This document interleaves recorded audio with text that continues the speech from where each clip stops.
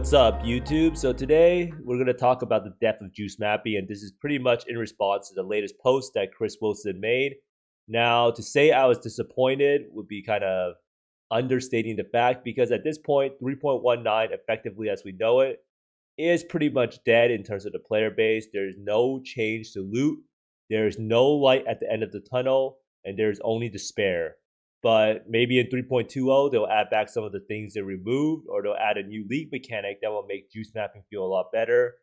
And juice mapping, for people who don't know, is when you pretty much invest into your maps, you try to roll beyond, you try to get as many league mechanics that spawn monsters as possible in order to get loot from the monsters. Now, it should be pretty obvious in ARPGs that it's always a good thing to kill monsters, drop loot. It's a very core philosophy of why we play the game. We enjoy killing monsters and we enjoy dropping the loot.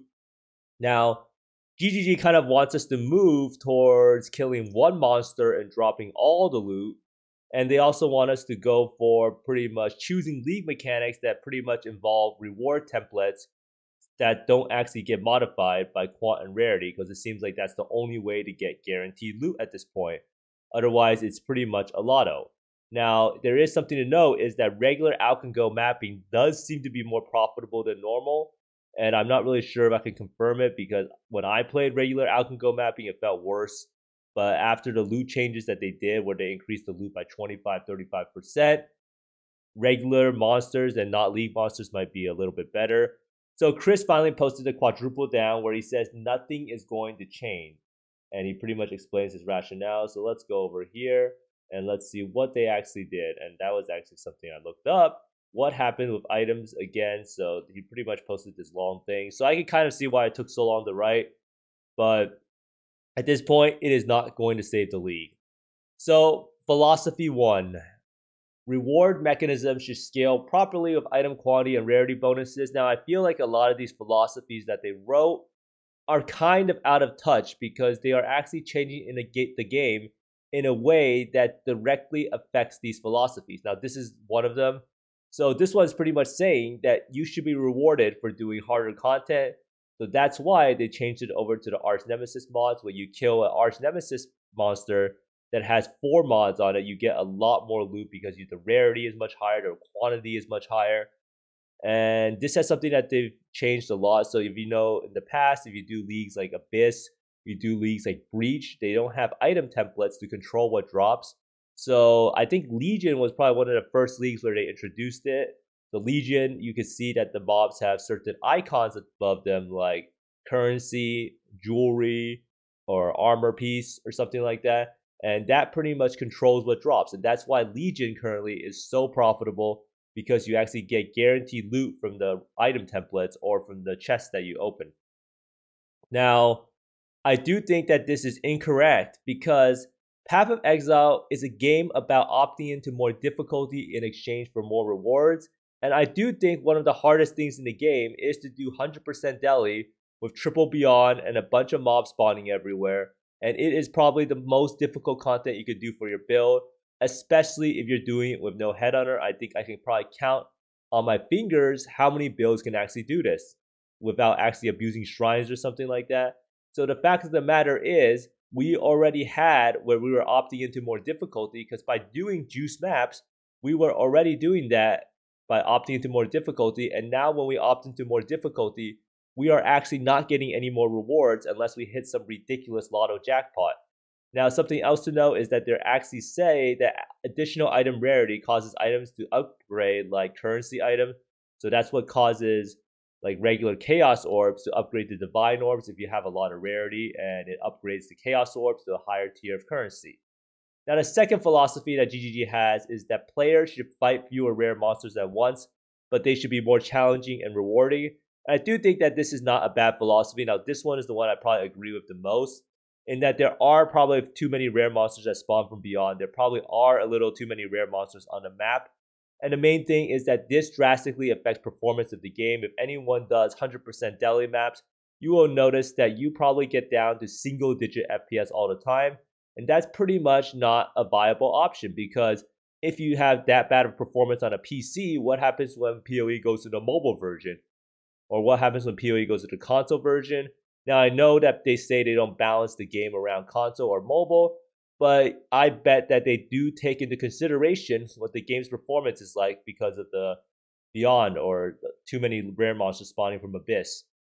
Now, the removal of monsters does seem to increase performance a little bit. I do still lag when I run some of the juice maps, especially with Legion.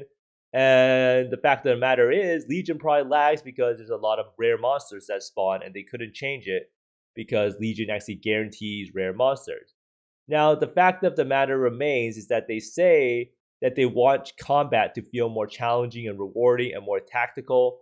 However, PoE is not a game like Elden Ring. It might seem like one of the dev team members or people got too in love with Elden Ring after they played it. But Elden Ring has some of the most precise combat engine that I've played with personally. And you just can't do that in PoE. You can't dodge stuff while mapping. And a lot of times with the harder arch nemesis, the more engaging combat is literally running around in a circle trying to kite a mob for infinity. And that is just not really, I don't really see how this philosophy will lead to better and more tactical combat. But I do see how this philosophy does lead to better game performance. Now, the last philosophy is there shouldn't be a large gap between the difficulty and rewards of leave content and base game content. And this is pretty much saying that they want people to not always choose league content, or I don't really know what they mean by this, but they pretty much mean that they don't want the rewards from past league content like Beyond, Breach, Abyss to be better than just killing regular monsters. But what's the point of that? Like, why should the regular monsters not would be like having the same loot as the regular league content monsters, right? So the difference now is twice as rewarding rather than some insane amount like 10 to 20x. Before, I think Alva, they said, had like a lot more rarity, up to like 1000%, and some beasts had like 750% rarity or something like that. So monsters added in League were originally more difficult to kill, and they drop better items as they have the increased quant and rarity modifiers. And now all those modifiers are, instead of 10 to 20x, in some cases are now only 2x. So that's why when we add league content monsters, they don't really drop anything anymore. And that's why juicing with Breach, juicing with Abyss, juicing with Incursion all feels extremely, extremely bad now because there's nothing that's dropping because the quant and rarity modifiers have pretty much been removed. Now, they did say they want people to do more diverse content instead of being pigeonholed. Well, this philosophy is just kind of contradictory because people were already doing a bunch of different league mechanics from the past. They were putting Breach on their map. They were putting Beyond on their map. They were actually running Alva Temple on their map for the loot explosion. They were putting Abyss on the map. Some people were putting Harbinger on the map. And Harbinger, for instance, is completely destroyed because of the currency shard change. Instead of Exalted shards, we should be getting Divine shards, but that's purely not the case. So Harbinger pretty much has been removed completely too. So at this point, it pretty much just seems like they wanted us to kill regular monsters. We aren't able to add more diverse league mechanics to our maps. Instead, we're just going to be doing the league mechanics that have the item templates instead. Now, here is something. They want to make all league content spawn roughly the same amount of monsters, and that's pretty much where it comes from. And they felt they had to increase the average number of arch nemesis modifiers to create more interesting encounters. And this pretty much allows for higher rewards. So before there was only 3 mods, and now you can have 4 mods. However, they didn't think that they needed to change any of the arch nemesis modifiers or rebalance them to account for the fact that you could suddenly have 4 mods instead of 3 mods. Now, I don't really know why they added this into the base game, when before, if you remember, you could actually take a node. This was called the Valley of Darkness, and you could actually take this node and be able to add the Arch Nemesis modifier into your map. So I do think this was a tragic mistake that took away player choice and also added this whole problem where they didn't actually properly balance the Arch Nemesis modifier. So you can see here they actually wrote that this step was not performed, the rebalance, until after release feedback came in. It was deemed not necessary at the time and required extensive community feedback before we did it. This was a mistake and we should not have been so stubborn about it. So currently, in the current state of the game, the Arch Nemesis modifier still has not been fixed. It is not going to be fixed until Monday. So a lot of people are actually complaining about the Arch Nemesis modifiers because of how bad it feels when it stacks up. Now, they also said that Beyond was too OP and was spawning over 200 unique monsters in the map. Now, this right here is the biggest problem with the whole item changes, is that they took a league mechanic that has been core to the game since 2014, I think. And if you look at when Beyond League first came out, and this is actually a very, very long time ago. This is in 2014. People have been used to juicing maps with this league mechanic for almost a decade. And you remove this league mechanic without providing anything back in return. How else do you think the players are going to react to it? So instead of 200 unique monsters in a map now, Beyond will spawn one unique monster. And even though 200 is probably way, way too many, one monster has changed the scale of juice mapping by such a factor that it is impossible to feel the same while doing juice maps. It is impossible for it to feel as rewarding because you're simply removing over 80% of the monsters that actually drop loot in the map. So that is pretty much the biggest change. I do think that the Beyond change was too harsh. I do think that some of the Beyond mobs should probably have been fixed a long time ago. If anyone remembers the SRS mob that summons all the fireballs, that was probably one of the biggest causes of lag. And I think the whole Scourge change is a complete disaster, and I'll go over that why later on. So what actually went wrong? So in this section over here, they're pretty much saying what happened in the balance patch notes and what happened to cause this whole fiasco to occur.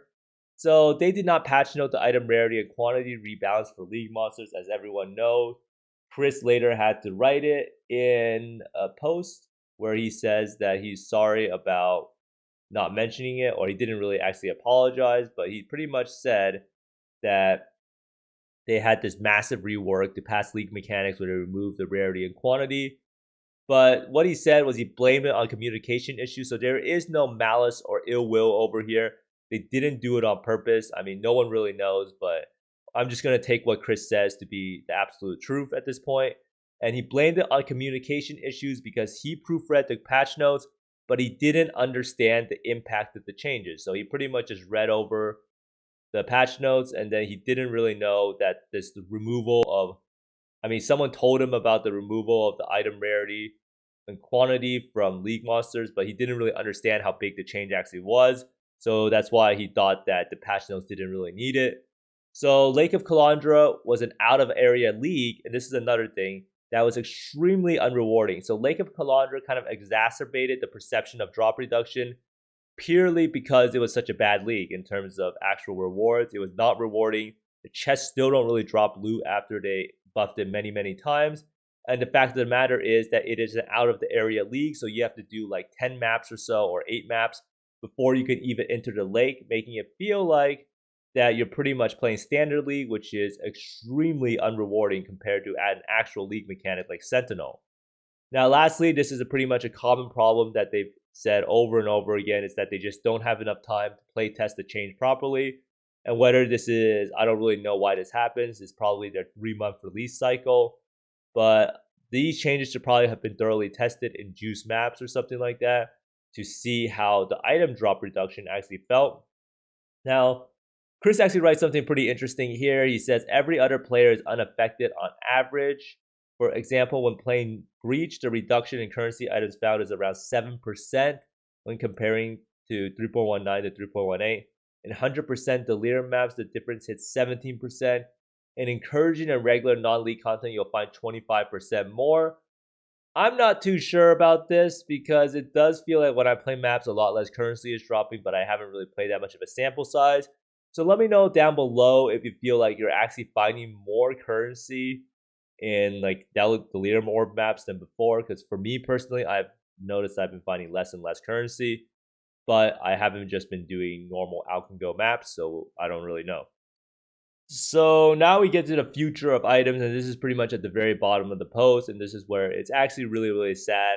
So GGG pretty much believes that item drops are fine after they did the balance reworks and changes, and that extreme juice still works, as there's some parties who are still finding multiple meters per day or over 50 divine orbs for a single monster. And I am going to make another video about this topic because there has been something really shady that has been discovered about this claim. Now, regular Out Can Go supposedly is more rewarding than before, so if you're literally just playing SSF and you're not really juicing your maps. Supposedly, you'll find more rewards because once you hit the Arch Nemesis mob with a bunch of Arch Nemesis mods, you'll get a lot of items and uniques. And they do state they do not want to gut the rewards out of Path of Exile. And I do believe them because they gave me a story about how they also play the game themselves. So why would someone who plays the game themselves want to kill off the rewards? Because they actually play the game, they enjoy playing the game. So it'd be ridiculous for them to actually nerf the rewards, right? And the whole thing about Chris's statement where groups are still finding a bunch of divine ores in one mob, and this is a picture of one of the mobs that drops it, and it is called Solar's Touched. It is not fun to look through 100 maps until you reach Solar's Touched and hit a lotto. Now, this is with a call and a group setup. So this leads to some weird meta where you're trying to look for Solar's Touch mob, and then you call in a group caller on TFT to try to call your mob so that you can get the Divine Orb payout. And this is a method that will invariably lead to cheating, and it has already happened. And I'll make another video on this. But basically, TLDR is that people are able to have a third-party tool that tells them what Arch Nemesis mods are in the map so that they know when they enter the map if there's a Solar's Touch mob or not. So they pretty much just put in a juice map, see if Solar's Touch is in there, and leave until they find it, and repeat. So juice mapping in solo and group play is still not profitable. This has been documented many times in the MF Academy where they actually have tried it out with standard gear, with full quant and full rarity setup, and it's just not profitable until you hit the lotto of the so-called Solar's Touch. And that is a horrible, horrible playstyle. No one wants to map at a loss if you juice up your map and add lead mechanics until you hit the lotto. It's just not good game design, regardless of how much you want to say this dopamine hit of 50 Divine Orbs feels good. It is not good. I mean, I don't think it's really arguable that it's bad to operate at a loss. Now, you can also argue that the economy will sort itself out, but at this point, the Scarabs are almost 1 chaos. The Sextants are 2 to 3 chaos per map. It's actually already at rock bottom prices. Scarabs are almost worthless now outside of Expedition and Legion. Now, mapping has pretty much been relegated at this point to choosing league mechanics that have reward chests and item templates like Expedition, Heist, Blight, and Legion. Now, the biggest problem, and I do think that Beyond is the biggest problem, is the current Beyond is absolutely beyond pathetic. The way that they changed it, and then let's go take a look right here real fast, because this is actually something that I believe is the main problem with juice mapping, and it's what they did to Beyond and how absolutely pathetic and flaccid the change was. Let's go take a look at what they did to Beyond. So they did a lot of changes in this. It's actually crazy how much this whole 3.19 patch has destroyed the game, and these 3 reworks right here, Harvest, Beyond, Arch Nemesis, have absolutely killed the game off for what it used to be. If you read here, only 1 Beyond boss can spawn per instance. Once a boss has spawned, Beyond portals will no longer spawn in that instance.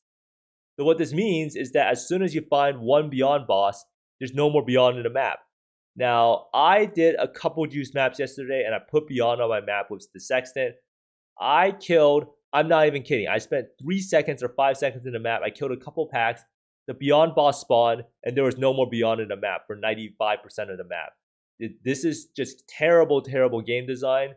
And I do think that this is one of the biggest problems. And if they do change Beyond back, so that, or introduce a new mechanic that's similar to Beyond, then I do think that the game's loot can be fixed. But at this stage, without the old Beyond, without any of the quant and rarity from killing monsters, actually, juice mapping is in a depressing state unless you're somehow magically finding Solar's Touch by whatever method you're using, whether legal or not legal. But thanks for watching, everyone. I do hope that this video has brought some clarity about GGG's intentions, and some of the philosophies do make sense, don't get me wrong.